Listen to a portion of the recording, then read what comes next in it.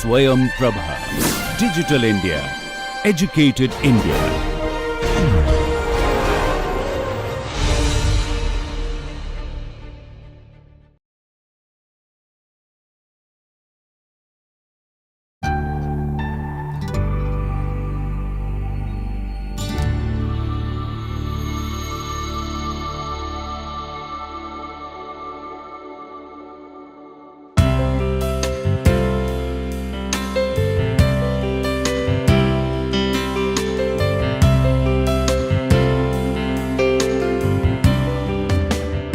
Dear participants, welcome to the 4th week of the module.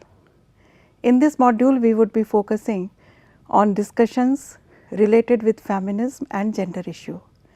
We would begin with the development of the feminist arguments, move on to the beginnings of gender to masculinity and queer studies.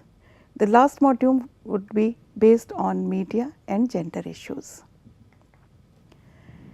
Feminism and gender, these are two words which are often discussed and which are often a part of our daily vocabulary. Feminism is an ideology and movement. These two aspects are so important simultaneously that we cannot dissociate them from each other. Unlike various other theoretical arguments where ideology takes precedence, for example Marxism, we find that feminism is a movement which is interlinked with ideology in a very unique manner. The ideology and movement is for socio-political change which wants to challenge male privilege and women's subordination within any given society. Feminism believes that the biological differences have resulted into asymmetrical status of women and their exploitation in patriarchal societies, whereas gender is a socially projected component of human sexuality, where an understanding of basic feminism has started with this idea that biological differences have resulted into two different types of status for men and women. We find that gender is an understanding of how society perceives human sexuality. Perhaps the best way to understand gender is to understand it as a process of social presentation. Gender roles are also delineated by behavioral expectations and norms. Once individuals know that these are the expectations and norms in the given society related with a particular gender, they can adopt behaviors that project the gender they wish to portray. So, here we find that the societal interpretations become important and therefore, the perceptions of gender may be different in different societies. It is also said that in the first 3 years of a child's life, the gender awareness takes its roots. So, the cultural component as far as the gender construction of identity is concerned is very important. Feminist theory is sometimes explained as a point of view of, for and by women, because outside this framework perhaps there is nothing which we can call as being a feminist perspective. It is also not a mere intellectual curiosity. It is not something which has started only as an academic debate. It was there because the need was felt by women as well as by men also. In today's world, we find that it is perhaps the only culturally viable option, because if we do not adopt it, we find that half of the population would not be able to contribute to the growth of the system. In terms of its overwhelming significance, it can be compared with Marxism and psychoanalysis. No discussion of humanities and social sciences as well as in other fields would ever be complete now without incorporating the angle of gender. So, we have the inclusion of feminism and gender in every aspect, in every discourse related with human philosophy. Therefore, it has also exposed the incompleteness of previous systems of knowledge, because feminist studies also show us that the previous systems of knowledge were only male centered and they had isolated women from it, and therefore, they represented only half of the population of the world. It is also true that perhaps there are no straight-jacketed definitions for feminism, and therefore, as the title of this slide, I have taken up this phrase, a point of view of, for and by women, because we can have only working definitions of feminism, because depending on the societal structure, the needs and the requirements of feminism become also different. Also remember that this is not an ideology which exists in exclusion. This is an ideology which is linked with the movement as well as societal needs. Therefore, it is also focused on action. If we take out action from it, we find that it does not remain viable at all. At the same time, it is not a proactive philosophy, and this is a very interesting aspect of feminist development of thought. We find that wherever a particular philosophy takes shape, the woman becomes a part of it gradually, and the feminist interpretation of that particular theoretical approach emerges. It is true not only about the theoretical grounding and women's participation in it. We find that in every field gradually, as women have started to enter and participate, the feminist perspective has emerged. So, now we do not talk anymore only about feminism as an academic debate in the context of literature and philosophy. We talk about feminism in terms of law, we talk about feminism in terms of scientists, we also talk about feminism in terms of environment, space sciences, so on and so forth. So, it is not a proactive one, and therefore, it is also basically pluralistic, because it can be fitted into different approaches.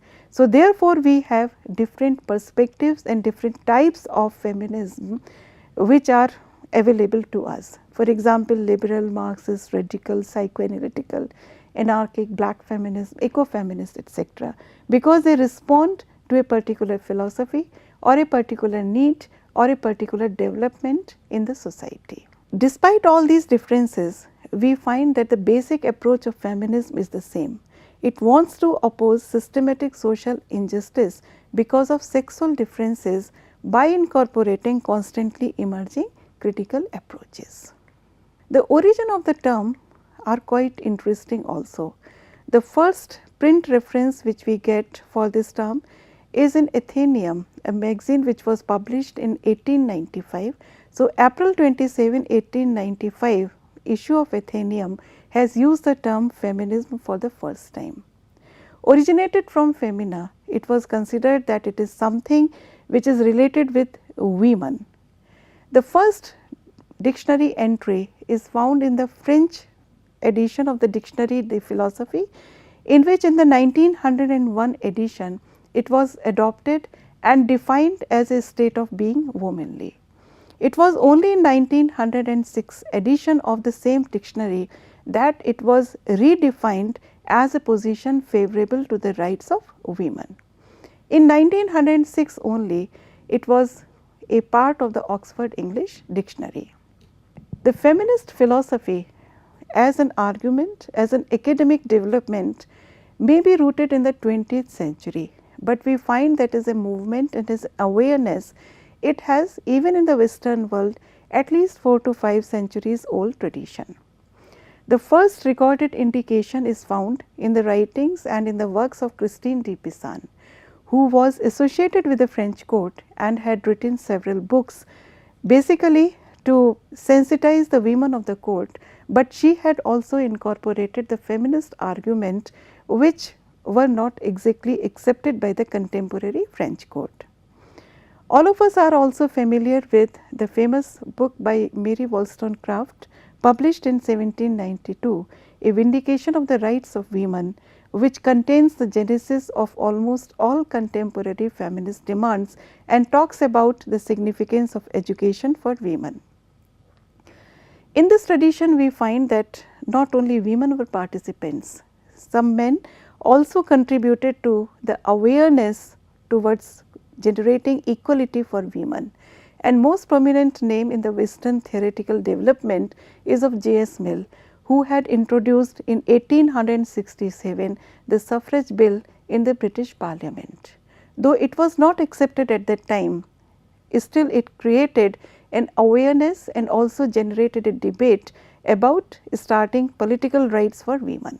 Ultimately, we find that in 1848, in the US, Seneca Falls Declaration of Sentiments and Resolution, which was signed by more than 70,000 women during those times, there was a tangible demand in terms of demanding political rights, basically the right to vote in the Western countries. And ultimately, it led to the provision of incorporation of suffrage rights for women in USA in 1920 and in UK in 1918. So, sometimes it is questioned and people often wonder as to how it has taken up so many centuries for people to understand that women should have a place of equality in this world. So, there are several reasons which may be given for them, and they are termed as being feminine mystique, misogyny, and also a scientific confirmation of a negative feminine stereotype. The phrase feminine mystique is a very popular word as far as our understanding of the feminist philosophy is concerned. It is a recurrent glorification of the conventional roles of a wife and a mother in the society. The roles of wife and mother are glorified to such an extent that women were never given opportunity to think beyond these means. There was a certain type of misogyny also which was inbuilt in the Western tradition, in fact in all the traditions, but since we are talking about the Western context, we are limiting our discussions to this. So, in legal, religious and literary text, we find whether it is Aristotle's works or whether these are the works of Saint Thomas Aquinas, a certain type of misogyny is inbuilt, in which it is commented that a woman's brain is never developed as much as it is developed in the case of men. So, with this type of a misogyny, it was very difficult for women to challenge these notions. Somehow, we also find that the scientific confirmation of a negative feminine stereotype is also important. During the Victorian days, it was thought that since the size of a woman's brain is smaller than the size of a man's brain, the woman's capabilities, the intellect would somehow also be inferior. And we find that even now these type of feminine stereotypes in a negative manner continue in different type of social research and scientific investigation. So, feminism as a movement, and ultimately this movement resulted into an ideology. It can be divided into different phases during the medieval era, the 19th century and the 20th century. During the medieval era, we find that women were satisfied with the existing roles. They never thought that these existing roles, the primacy of the role of a wife or a mother should be challenged or should be added by some other roles also. All they wanted was a betterment of the situation so that they can live their life in a peaceful manner. During the 19th century, we find that women started talking of freedom within predefined roles of their gender, and they focused more on legal and political rights, and particularly they started to fight for a right to vote, because they thought that if they would have better participation in the governance, they would perhaps be able to improve their situation. Still, by and large, they wanted a political right to vote, and gradually the demands for owning property, the demands to enter into different professions were also added. It is in the 20th century that we find that there are major developments in the feminist movement and the feminist academic philosophy also. In the 20th century, we can have these three different phases. This idea of phases I have taken up from Marshall Lear. You would find that sometimes different types of years, sometimes different types of chronological developments are associated with the development of these different phases of feminism. So, by and large, we find that there is a consensus as far as the decades are concerned, but the exact years can be different. So, for my discussion, I have based my arguments on Marshall Lear's division. So, Marshall Lear has said that the first phase is during the early 20th century, where women wanted political and legal reforms only. When these political rights, that is the right to vote was given to women, they thought that perhaps the things would be better. They didn't, and therefore they started to talk about the legal reforms. The second phase is 1960s decade, that is the decade of vehement protest. In the Western world, we find that there was an all round protest and dissatisfaction after the world wars. The economic system, the society itself was crumbling, and feminism also entered into a vehement phase during the 1960s. This is also the time when the academic contribution of various feminist philosophers came to be noticed, and feminist philosophers started talking about the significance of cultural conditioning as far as the product which is named as woman is prepared. During the 1980s, the phase of post-feminism begins. The term post-feminism has been used by Thorilmai to look at different configurations between postmodernism and feminism. So, post-feminism is a term which is used to denote different configurations in relation to postmodern approaches. Later on, we find that late 80s, the post-feminist phase ultimately leads to our understanding of gender. So, in order to understand gender theories, we also have to understand what exactly is the feminist theory. Feminism started to talk about the differences between men and women, which resulted into a secondary position of women, and ultimately it led us to an enhanced sensitivity towards gender differences. In the first phase, we find that during the medieval times and in the first half of the 20th century, women wanted only political rights and social betterment. They simply wanted to focus on political rights after the Seneca Fall resolution, and gradually we find that right to work in different professions was also a major demand. Women were not allowed to enter any other profession except that of teaching, and later on that of being a nurse. Higher education was not open to them. So, women also started to fight for that in the first part of the 20th century. They also wanted that women should be given the right to own a property and to initiate their own business houses also. Still in the first half of the 20th century, in the first phase, it was considered that homemaking and child care were the primary occupation for women, whereas it was considered that women should work, they should get educated, but the question was also asked, should mothers also work?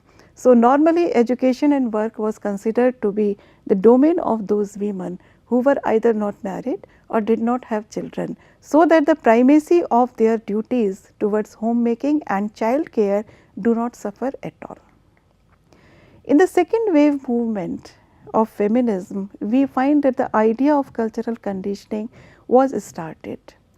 During the second wave feminism, during this decade of 1960s, we find that there were offshoots of different other protest movements also. The questions regarding civil rights had started fresh. The issues about racial apartheid had also come to the foreground. So, several women's liberation groups were formed in America, in Britain and Germany in and around 1960s. And these groups started positioning women's issues within socio-cultural frameworks.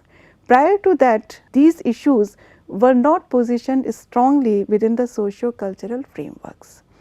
The work towards the movement for equality of women was also supported by the academic writings of writers like Virginia Woolf, Simone de Beauvoir, later on Betty Friedan and Kate Millett. These writers suggested that the different experiences and processes of socialization result in different behaviors among men and women.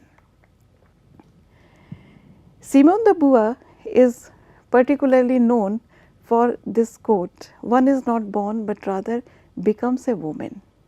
In 1959, the French edition of The Second Sex was published. In 1961, it was translated into English by Parsley, and then it became a war cry for women associated with feminist movements.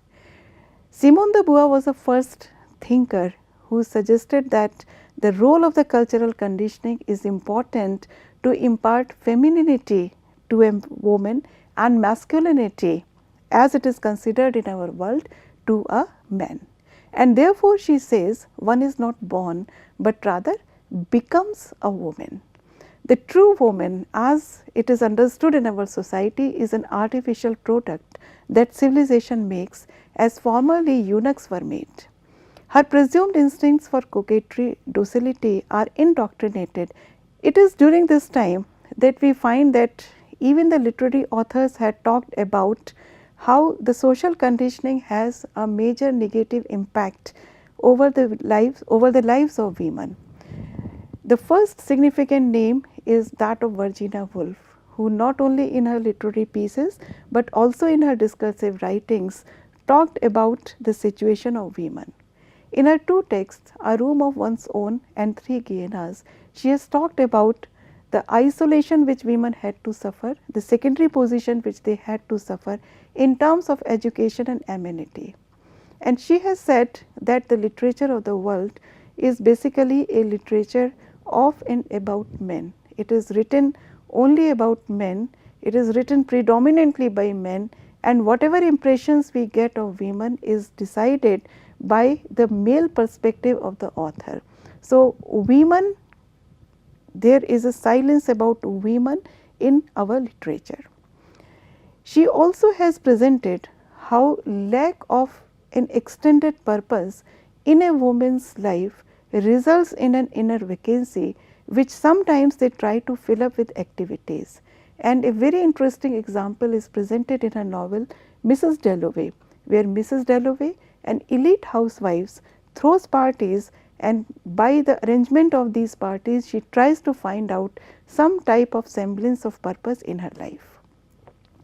They also said that the repetitive nature of women's chores, the household chores, enhances the loneliness of women because they never sense the completion of any work which is given to their lot. Betty Friedan, in her book The Feminine Mystique, has taken up a problem that has no name, and she has talked about the situation which was prevalent in the USA after the Second World War. The pervasive despondency of American women in the 1950s and early 1960s was linked by Betty Friedan by the education system, women's magazines and the media. She has talked in detail how the education system encourages a particular type of priority set as far as women and girls are concerned, and how particular roles are always eulogized in women's magazines by the media, by the advertisements also. Up till this moment, in the development of the feminist thought, the phrase anatomy is destiny was considered to be a very significant phrase. It was used by biological determinism to support generalizations about men and women. It also suggested that the different cultural conditioning which we have in our societies is justified, and these suggestions and generalizations were always used by phrases like men are naturally more able in maths and technology, or women are naturally suited to domestic duties. Biological determinism also asserted that certain behaviors are justified and unchangeable because, as they say, boys will be boys and girls should be girls. In these phrases we can also notice that when we use will in the context of boys, there is a sense of determinism. On the other hand, when we use the auxiliary verb should in the context of girls, it also suggested something which is contrived, something which has to be molded. So, biological determinism was prevalent particularly in the 20th century, in the first half of this century, and then it was gradually came to be challenged by the second wave feminist critics also. The feminist critics in the second phase pointed out that there are certain stereotyped gender characteristics which are eulogized by literature, by media, by our education system in general. And these characteristics ultimately are projected as being the ideal behavior for girls and boys. If you look at the color coding of feminine characteristics and masculine characteristics, we find that the pink has been used for women and blue has been used for boys. So, you would find that the colors also become significant for our understanding of the gender. So, in a traditional perspective, we find that a woman is expected to be submissive, dependent, emotional, receptive, etc., whereas it is expected that a boy or a man would be dominant, independent, would take lead, would be analytical and would be socially responsible. So, these different sets of characteristics which were somehow inbuilt in the process of social conditioning, in our educational patterns, in our behavior towards young girls and boys, ultimately resulted into a particular set of personalities for men and women. This also made the second wave feminists consider and believe that the patriarchal social organization has always had a bias in favor of men. They wanted to initiate a cultural change to ensure a sense of equality between gendered relationships, and therefore the second wave feminists refused to accept biological differences as determiners of destiny. They started to challenge it, and they also questioned the validity of prefixed roles and the authenticity of prevalent notions of gender. Simone de Beauvoir has specifically mentioned how gradually a young child is trained to be a girl or trained to be a boy, is encouraged towards a particular set of behavior and is discouraged or even severely punished when a gender inappropriate behavior is displayed, particularly by a boy. If a young girl behaves in a tomboyish fashion, and Simone de Beauvoir was writing towards the middle of the 20th century. So, Simone de Beauvoir has written that if a girl exhibits tomboyish qualities, they are still somehow accepted, tolerated by the parents in the hope that soon she would be able to overcome that. But the same type of tendencies in a young boy is never tolerated. If a young boy wants to dress up like his elder sister, wants to play with dolls, then is also severely punished and scolded. So, you would find that in this sexual binary, the place of a man and the place of a woman is already fixed, and this is exactly what the second wave feminists have started to challenge. So, they demanded equality with men in terms of socio-political and economic rights, so that women are able to eschew cultural constraints and can define their own preferences in life. So, feminist theory ultimately is rooted in certain ideas. The sense of being a woman is merely the product of sex coding processes of social practices is one of the foremost arguments which started with the second wave feminist theories. It is not only the literary theory, not only the educational practices, and not only the cultural behaviors which are responsible for it, but the systematic institutionalizations of religion also has resulted into this. Now, Kate Millett has argued that women's oppression is rooted in social conceptions of femininity, and her major work Sexual Politics, which was published in 1969, suggests, like Simone de Beauvoir, that gender is culturally constructed.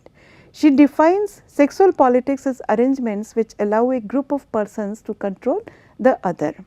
And she also says that stereotyping of the female also results in patriarchal domination, because the individual differences are always oversighted. For example, a woman is either a prostitute or a virgin or an unchaste woman or a sexual anorex or a wife or a mother. Outside these socially defined roles, she does not have any other identity. These controlled and conditioned sexual relationships extend also into the domain of ideology, biology and socio-cultural institutions.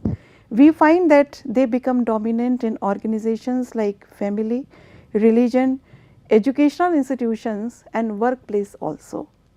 Millett has pointed out how the Christian mythology has also always suggested that man is better than a woman.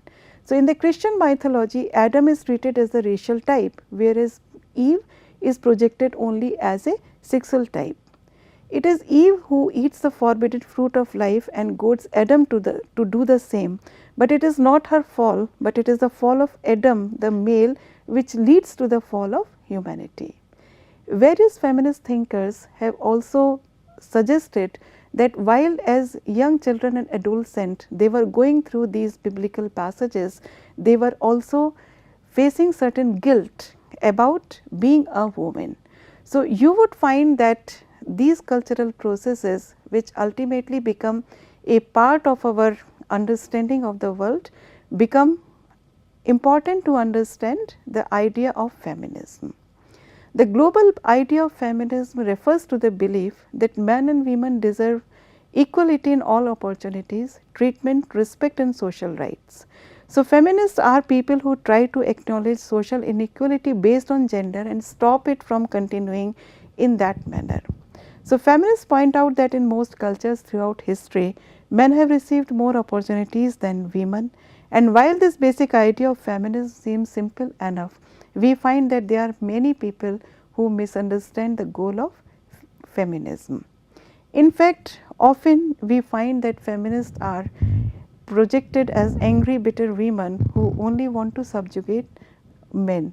But these stereotypes also have offended various people who are associated with the feminist movement in theory.